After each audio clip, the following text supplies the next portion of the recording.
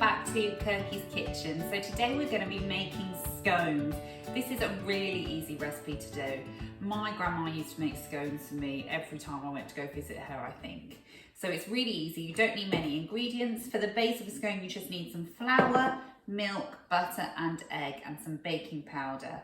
I'm going to make a savoury scone today just for something different, so I'm going to use a bit of cheese.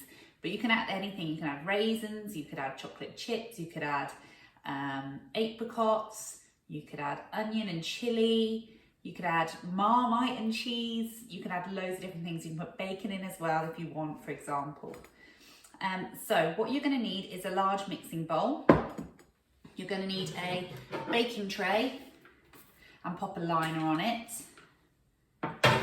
You're going to need a measuring jug, a flour dredger, mine looks a bit different to the ones at school, a grater if you're making cheese, a cutter, a sieve, and a palette knife or a table knife.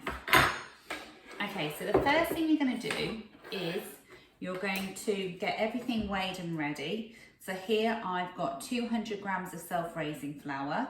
I've got 50 grams of butter. Make sure your butter is cold because you're going to use the rubbing in method. So you don't want warm butter and you can. I've got 50 grams of cheddar here, which I'm going to grate. I've got 1 egg. And I've got 125 mils of skimmed milk, semi-skimmed milk actually. And then I've got some baking powder. So if you're grating your cheese or preparing anything, prepare it before you get started. I'm going to grate my cheese, so I've got a chopping board and my grater. And I'm just going to grate my cheese. I'm going to be very careful not to grate my fingers off. A traditional one is to put it with raisins. If you were putting raisins in it, you'd also want to add about 25 grams of caster sugar to it. But I just thought, let's go something different and make cheese scones. And then you're going to measure 1 teaspoon of baking powder. Now with your baking powder, you need to make sure it's a flat level teaspoon. If you put a big heaped teaspoon in, they're just going to explode, which you don't want. So I put that in with my flour. And put that out of the way, and then I'm going to preheat my oven. Now I've got everything ready, I'm going to preheat my oven to 200 Celsius. Okay, so oven's on, equipment's out and ready. In my large mixing bowl, I'm going to sieve my flour and my baking powder in. So empty into your sieve and then gently tap it against your hand.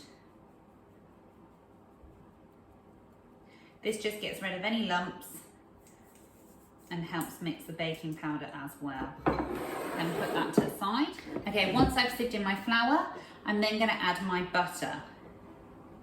So it's a bit similar to if you were making pastry. You're going to use just your fingertips.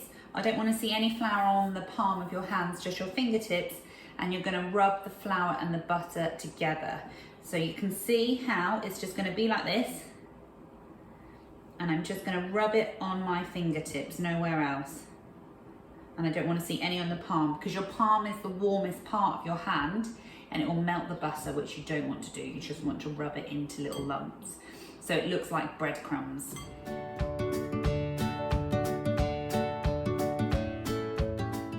Once you think it's all rubbed in together, just give your bowl a shake and any big lumps will come to the top. Okay, so now this looks like lovely breadcrumbs. You can see. You can also see I've got no flour on the palm of my hands. I'm then going to add any of my dry ingredients. So I'm going to add my cheese, but I'm not going to add all of it because I'm going to leave a little to sprinkle on the top as well. So just leaving a tiny bit of cheese to sprinkle on the top. So I'll put that in and mixed it. You can add in here as well if you want to add different stuff. So you could add a bit of chilli, you could add some pepper, you could add some herbs if you want to as well, but I'm just going to keep it plain cheese. Mix that together. And what I'm going to do is I'm going to add my milk. I'm going to add about half to start and then give it a mix. And we want it to form into a dough. So use your palette knife or your table knife to do this.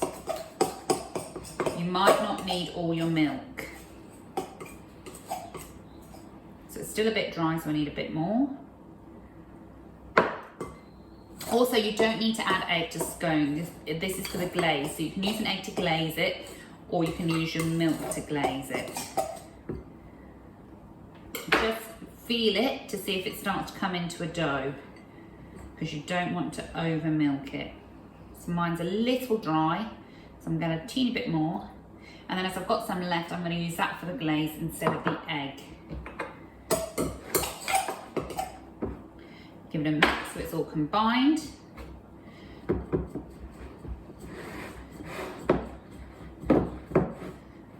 And then I'm going to pop it out onto the table to bring it into a dough.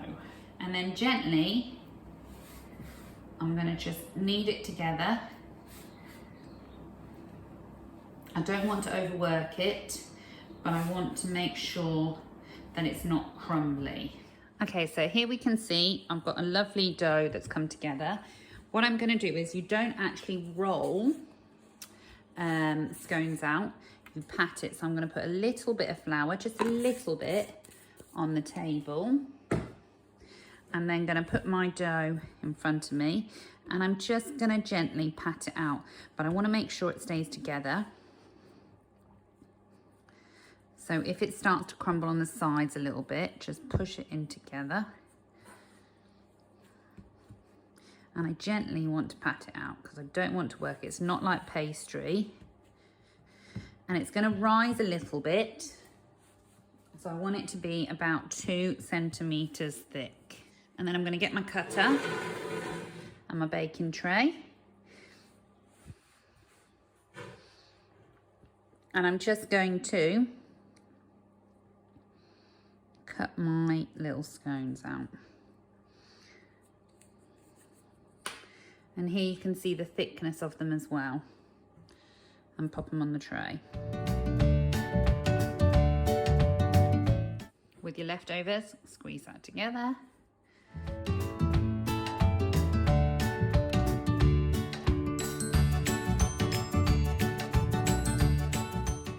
I meant to say you'll also need a pastry brush, but we will get these out for you anyway at school.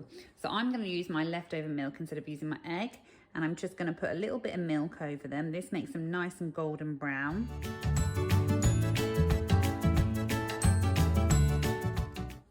Okay, so these look fantastic. I'm going to get my oven gloves, and these are going to go in the oven for 10 to 12 minutes until golden brown, which I will show you.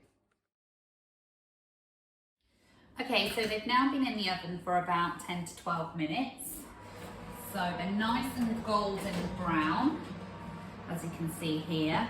So I'm going to use my oven gloves to get them out of the oven. Okay, so once they're done, you're going to wash up your tray, put that away. And then a good scone you should be able to crack, and they should go in half. Put them in your container, but don't put your lid on. Leave your lid off next to it, because otherwise they will get condensation, get a bit sweaty and soggy. And then we'll put them and collect them later. Okay, enjoy, bye.